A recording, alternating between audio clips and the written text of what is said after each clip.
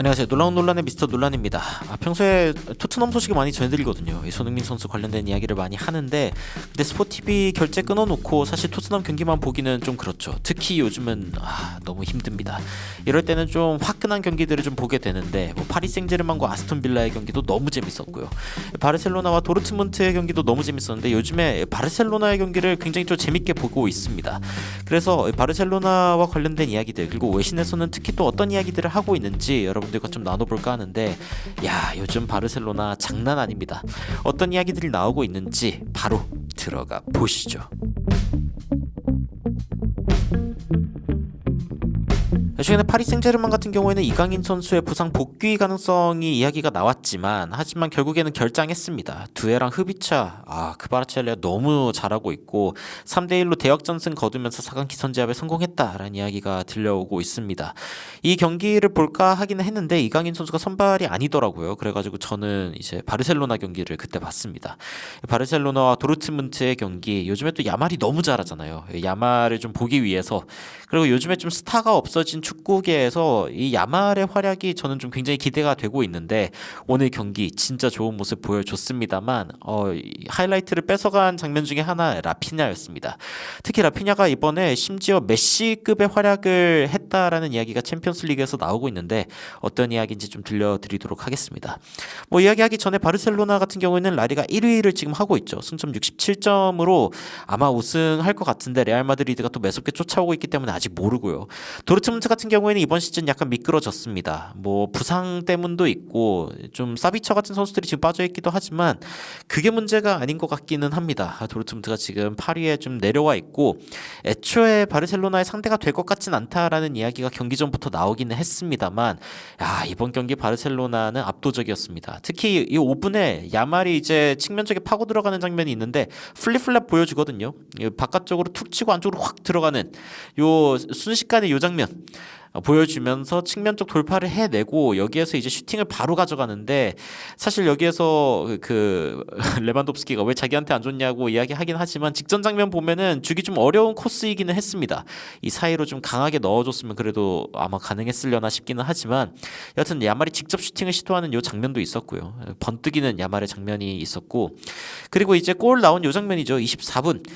바르셀로나가 직접적으로 이제 크로스를 날린 장면인데, 이 크로스가 반대쪽에 있는 친구 헤딩 딱 돼가지고 쿠바라시의 발에 딱 맞습니다. 굉장히 감각적인 슈팅을 딱 해가지고 발끝만 살짝 갖다 대가지고 이제 들어가는 슈팅을 만들거든요. 유효 슈팅이고, 사실 가만히 뒀어도 들어가는데, 여기에 있는 하피냐의 모습 보이시죠? 하피냐가 여기에서 재빨리 달려가가지고 그 대굴대굴 굴러가는 공을 차서 넣습니다. 이게 옵사이드가 되면 어떡하나라는 이야기가 있었지만 다행히 VAR 검사 결과 온사이드, 역적이 될 뻔했는데 그래도 아니었죠. 근데 이렇게 한 게 좀 의미가 있었습니다. 무슨 뜻이냐면, 이번 경기에 하피냐가 2개의 어시스트와 하나의 골을 넣었는데, 그런데 그렇게 하면서 챔피언스리그 골 공헌도가 이제 19개로 늘어났습니다. 이게 2011-12 시즌에 메시가 만들어냈던 공격 포인트 숫자거든요. 근데 이 숫자를 지금 하피냐가 동률로 가져온 겁니다.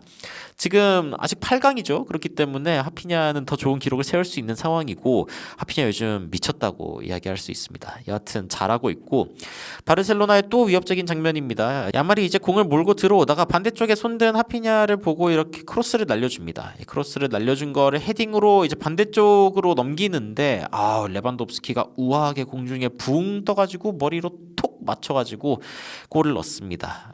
바르셀로나의 추가골이죠. 굉장히 멋있는 장면이었고, 역시 레반도프스키 이렇게 여차 잘못하면 날려버릴 수도 있는 그런 상황에서 침착하게 머리를 툭 갖다 대면서 역시 헤딩에 능한 공격수 다운 모습을 보여줬습니다. 그리고 이 세 번째 골도 있는데, 여기 야민 라마이 지금 공을 들고 있습니다. 여러분, 퀴즈 하나 내보겠습니다. 여러분이라면 공을 어디로 보낼 것 같으신가요? 중간으로 보내는 게 아마 되게 쉬운 선택이 될 수도 있고요. 제가 예전에 축구를 되게 좋아하던 때 그 코치가 그런 이야기 한 적이 있습니다. 절대 몸이 보는 방향으로 주지 말고 좀 창의적인 생각을 해봐라 이러는데, 야말이 굉장히 흥미로운 생각을 합니다. 이쪽 공간이 지금 그 측면이 무너져 있으니까 이쪽으로 줄 생각을 할 수도 있겠죠. 그런데 이렇게 주는 게 아니라 요렇게 줍니다. 경로를 보면은 이렇게 말이죠.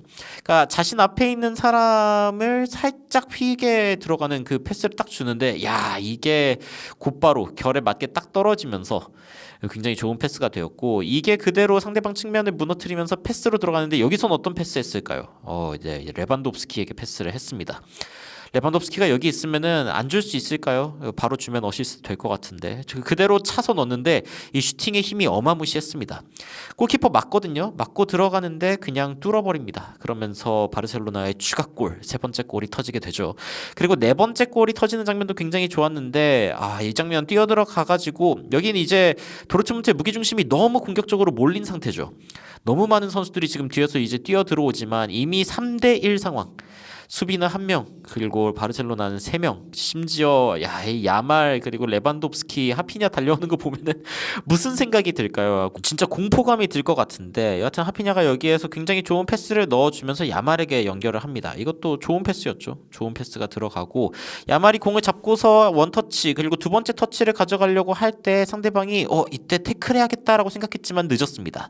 한 발 빠른 야말에 툭 찔러 넣는 패스가 골망을 흔들면서 바르셀로나의 네 번째 골까지 터졌습니다. 바르셀로나의 이 최전방 3명은 진짜 relentlessly brilliant라는 평가를 받고 있습니다. 무슨 뜻이냐? 쉴 새 없이 환상적이다. 브릴리언트 하죠. 레반도프스키, 야말, 하피냐 이 3명의 조합이 너무 잘해주고 있습니다. 근데 생각해보면은 레반도프스키는 올해 36이거든요. 야말은 이번에 굉장히 어린 선수이고요. 그리고 야말 어린 선수라고 이야기하기에는 재능이 너무 많습니다만 그리고 하피냐 같은 경우에는 이 올 시즌 시작할 때 사실 사우디를 가네만에 이런 이야기가 나왔습니다. 심지어 손흥민 선수가 이 측면 쪽을 메우기 위해서 와야 되는 거 아니냐라는 이야기가 나올 정도로 약간 이 친구가 이번 시즌 괜찮을까라고 했지만 이번 시즌 너무 잘하고 있거든요. 너무 잘하고 있고 이번 시즌 바르셀로나와 도르트문트의 이 8강 1차전 4대0으로 끝났는데 실제로 XG 값을 보면은 3.7대 1.3입니다. 도르트문트 입장에서는 한 골을 못 넣은 게 좀 아쉬운 그리고 바르셀로나 입장에서는 잘했다라고 이야기할 수 있는 그런 경기죠. 레반도프스키는 이번에 모든 대회를 통틀어가지고 40개의 골을 넣은 상황이 되었습니다. 지금 5대 리그에서 40개 골을 넣은 첫 번째 선수죠. 이번 시즌. 그리고 야말도 지금 너무 잘하고 있고 하피냐 같은 경우에는 지금 골과 어시스트를 다 합했을 때 무려 48개를 기록하고 있습니다. 호날딩요랑 비교를 해봐도 더 높은 수치입니다. 그러니까 하피냐가 이번 시즌 얼마나 잘하고 있는지 느껴지는 부분이죠.